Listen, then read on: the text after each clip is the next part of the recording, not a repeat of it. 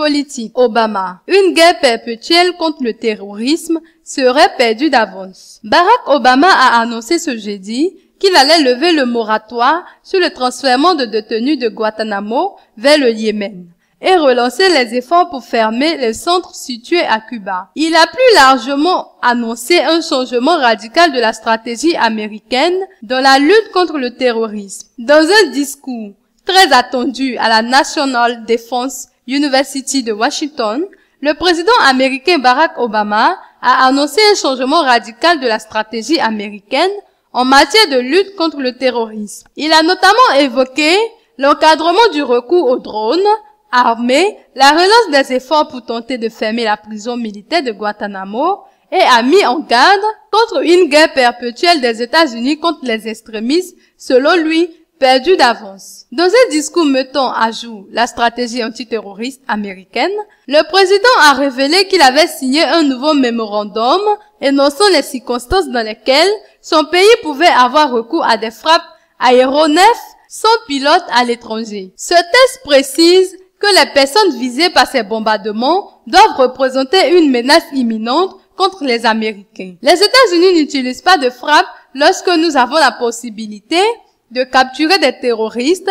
Notre préférence est toujours de les capturer, de les interroger et de les poursuivre en justice, a assuré le président. Une stratégie pour réduire l'extrémisme à la source plutôt qu'une guerre perpétuelle. Il a en outre cherché à élargir le champ de la discussion en prévenant que nous ne pouvons pas avoir recours à la force partout où s'enracine une idéologie radicale et en l'absence d'une stratégie qui réduirait l'extrémisme à la source.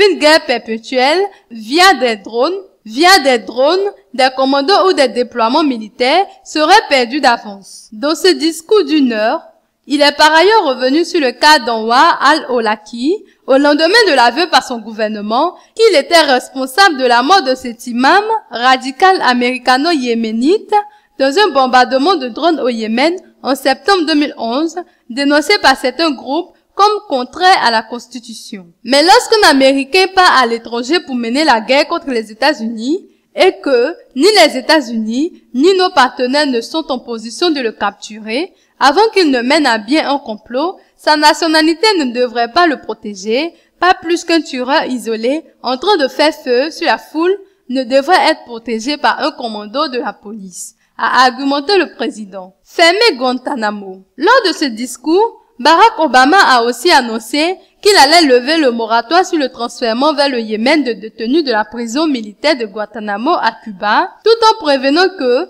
les dossiers de ces prisonniers feront l'objet d'un examen au cas par cas. Le gouvernement de Sanaa a salué cette initiative. Alors que 103 des 166 détenus restant à Guantanamo sont en grève de la faim, Obama a répété son intention de fermer à terme la prison, une vieille promesse de campagne jusqu'ici non concrétisée. Il a également indiqué qu'il allait nommer un nouveau envoyé spécial pour superviser les transfèrements des prisonniers et appeler le Pentagone à désigner un site sur le sol américain où seraient organisés les procès militaires d'exception pour les détenus restants inculpés. Il a sollicité l'aide du Congrès, dont les élus ont inscrit dans la loi dès décembre 2010 l'interdiction de facto de tout transfèrement de détenus de Guantanamo sur le sol américain. Mais l'histoire sera sévère sur cet aspect de notre lutte contre le terrorisme et sur ceux qui n'ont pas réussi à y mettre fin, a prévenu le président,